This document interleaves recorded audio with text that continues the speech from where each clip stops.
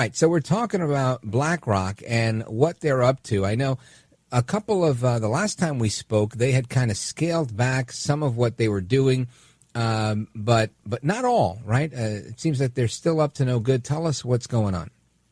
That's exactly right. And so what BlackRock has been trying to do is tamp down their activities and then run to the right and say, hey, we've given it all up. Can we be friends again now? But they haven't given all of it up. And in fact, they're still voting for some of the most crazy, extremist shareholder proposals this shareholder season. So forcing companies to achieve net zero, so-called net zero standards, which is going to raise costs for consumers. And so we put out a report basically helping conservatives understand, don't believe BlackRock talking out of both sides of their mouth. And it's been kind of funny because you've got Larry running to Trump and trying to pretend that he's MAGA now, trying to go to his friends in the media and have him written up in the Wall Street Journal and the New York Post as a quote-unquote unlikely MAGA hero. And so you can tell what he's trying to do. He's trying to buy off the right by pretending that he's Mr. MAGA now. But we put out this report so that people would understand. Don't believe it. He's still a tool of the left, of George Soros, of the United Nations, of the European powers, California, New York, whoever you want to say is behind him. He's still pushing their left-wing agenda, and we need to keep an eye on him. That's how I feel about Vladimir Putin. Right, so many people out there. Every now and again, he'll say something about the LGBTQ movement and how they're taking over the West, and you get a lot of people excited about that. But it doesn't change the fact that he's still Vladimir Putin, and BlackRock is still BlackRock, is how I see it as well. So, Will, let's talk about what this means, right? How this plays out for Americans, because BlackRock, I think, handles a lot of investments. They own just about everything, and how can what do people need to know?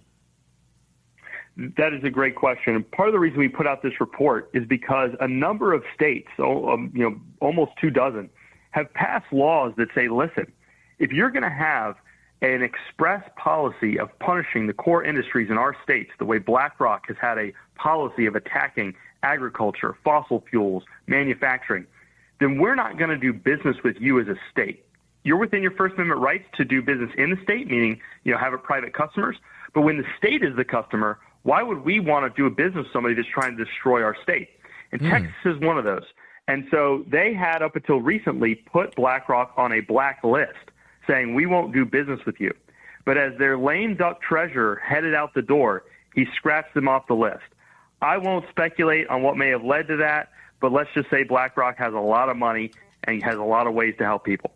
So one of the reasons we put out this report is to help Texans understand that despite the fact that they were betrayed by Comptroller Hager as he left his role, they need to keep an eye on BlackRock and understand that they have not stopped punishing the core industries that support the Texas economy, and they haven't stopped punishing the core industries that help all the economies across the country. So we don't want BlackRock to run away with this false narrative that they have stopped pushing net zero, that they have stopped pushing a harmful social agenda, and that they have stopped punishing companies. Like, let me give you one example. They voted for a shareholder proposal last year at Denny's that asked them not only to hit net zero themselves, but to push net zero across their entire supply chain.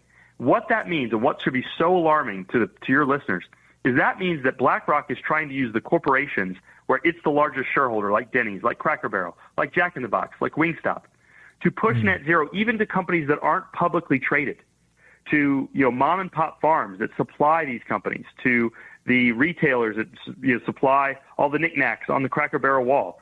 It's trying to say that if you want to do business with Cracker Barrel, you've got to hit net zero, which is a way for BlackRock to control the entire U.S. economy.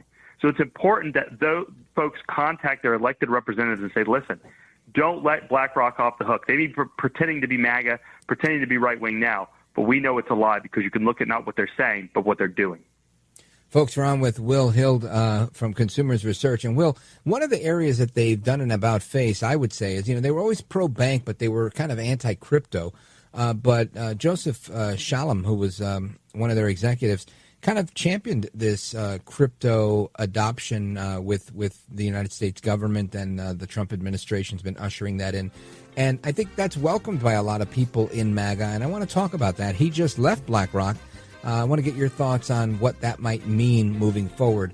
So, folks, we're coming right back with Will Hild, Executive Director of Consumers Research, and me, Rich Valdes. Plus, your calls are coming up right after this. 833-482-5337, 833-4-VALDES. We're coming right back.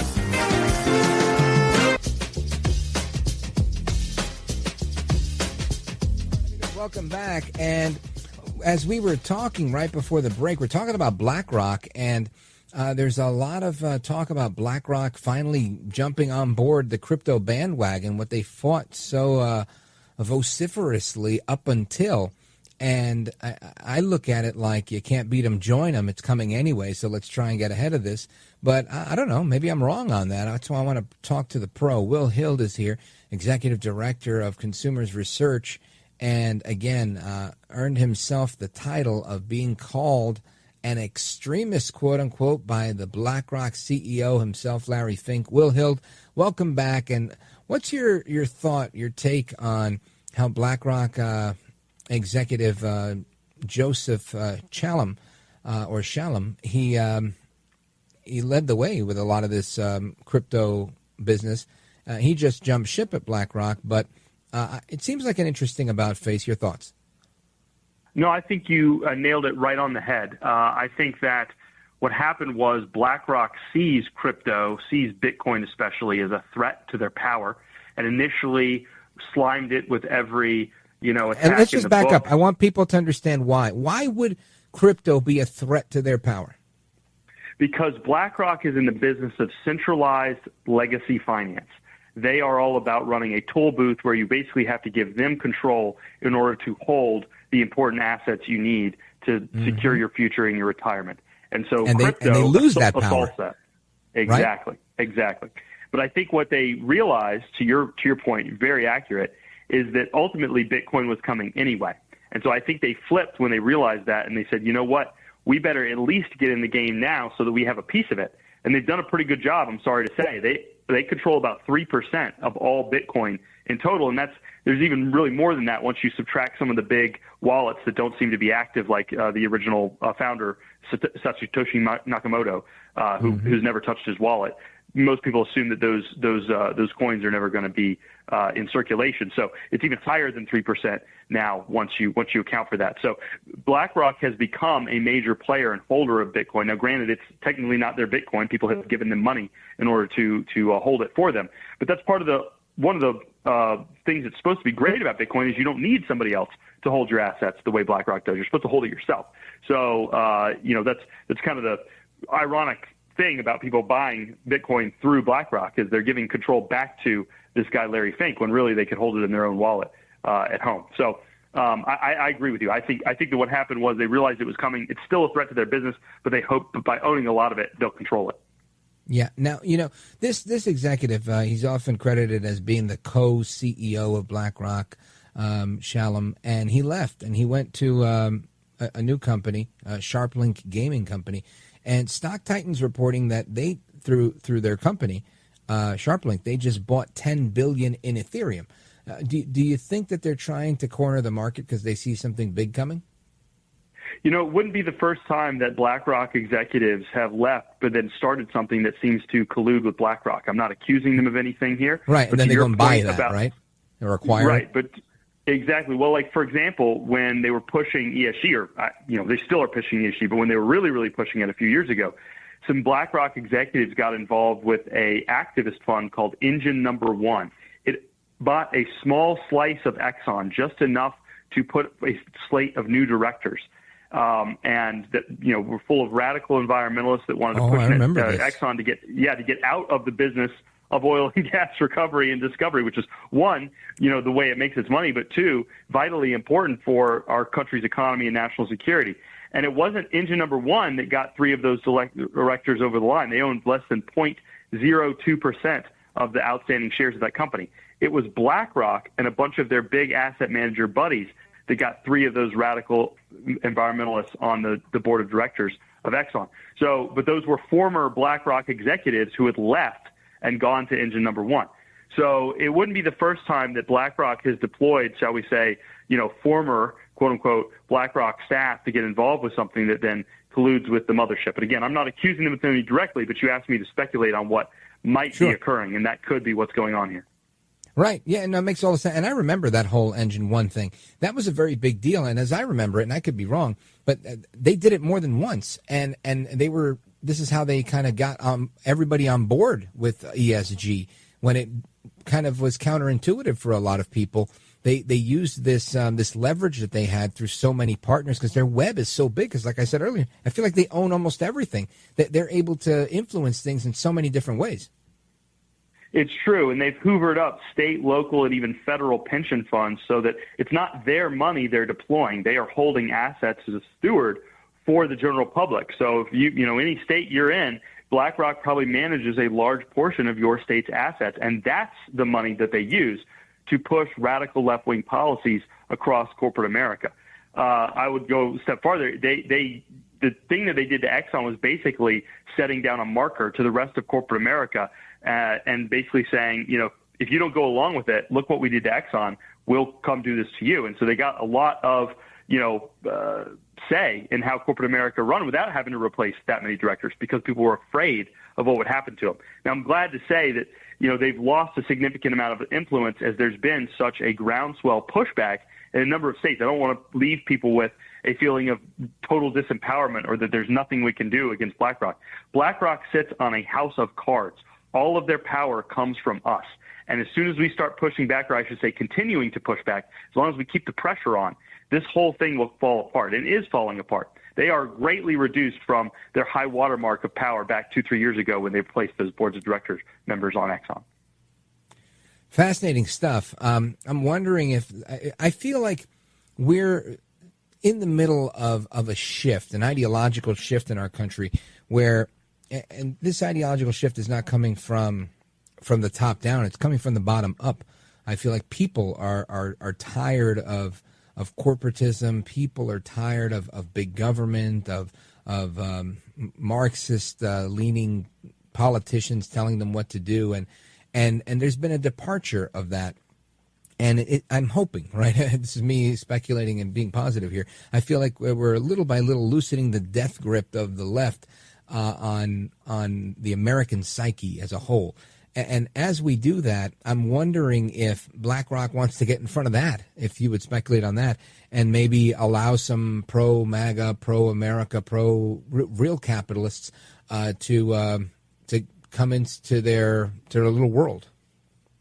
I think they're pretending to, and so it's decreasing some of the obnoxious activities that they were engaging in a few years ago. But what I like to liken it to, it's a little bit like we've got a disease or a sickness, and we've started taking antibiotics. And anyone who's been sick starts taking antibiotics will tell you the first half of the regimen is when you start to feel good, right? The symptoms go away, the fever goes down, the muscle aches go away, the joint pain goes away. But if you don't finish your antibiotics, you've still got the disease. You've still got that infection, and you need to finish the rest of it, even when it seems like the symptoms are gone and you're all better. That's a little bit how it feels like now in the first 6-7 months of the Trump administration. A lot of corporate America is keeping their heads low. A lot of corporate America is trying to hide their DEI programs and their net zero nonsense, because they know that it's not a good time to be doing that. And they're waiting to see, is this something they can ride out and they can be back as strong as they were pushing left-wing agenda 3-4 years ago? Or are we going to take the rest of our antibiotics and we're going to finally cleanse this infectious disease? And that's what I'm hoping your listeners will understand tonight, is they focus on this stuff. We can't let our boot off the neck of BlackRock and out of the far left in corporate America, because they will come back as soon as they get an opportunity.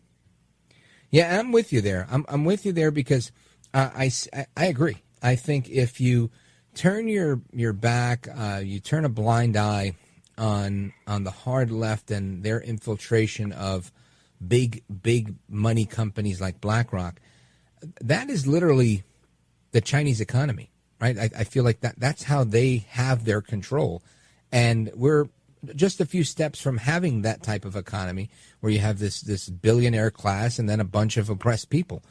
But for America and the Constitution, that's what's in the way. And it felt like the last 4 years, like we were getting further and further away from that. I don't know if I'm being extreme, but your thoughts? No, I don't think you're being extreme at all. And a lot of the stuff that when we first started messaging and helping people understand sounded like conspiracy theory, like the World Economic Forum saying that you would in the future own nothing and be happy, or that you were going to eat bugs. I know that used to be a joke. People would make it sound like that was Alex Jones or something like that. But they put it on their website. And if you look at the net zero agenda, for listeners who don't know what that is, that means pushing every portion of our economy to have zero carbon emissions by 2050. And that may sound like a good idea, but that would absolutely destroy our standard of living. There is no technology in existence that will allow us to have the standard of living we have today or anything close to it that is net zero.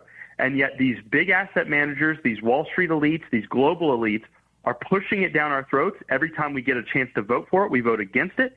And yet they tried to go to the markets using our own money, our own state's pension dollars, our own federal government's pension dollars to push it down our throats. Because like you said, it's not really about environmentalism. If they cared about environmentalism, they would care about a lot of things other than net zero. But what they really care about is having an excuse to impoverish the rest of us while they live like kings. It's about power over us. They would rather all of us be poorer, but they be in charge, than all of us be richer and all of us have our rights.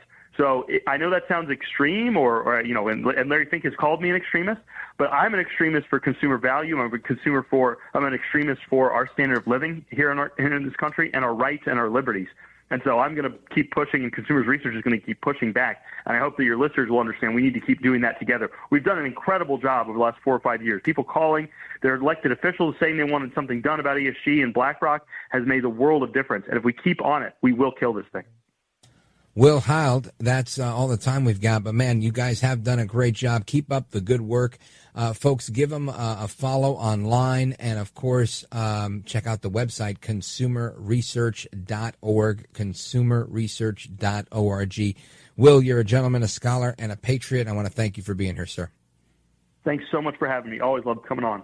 You bet, brother. God bless.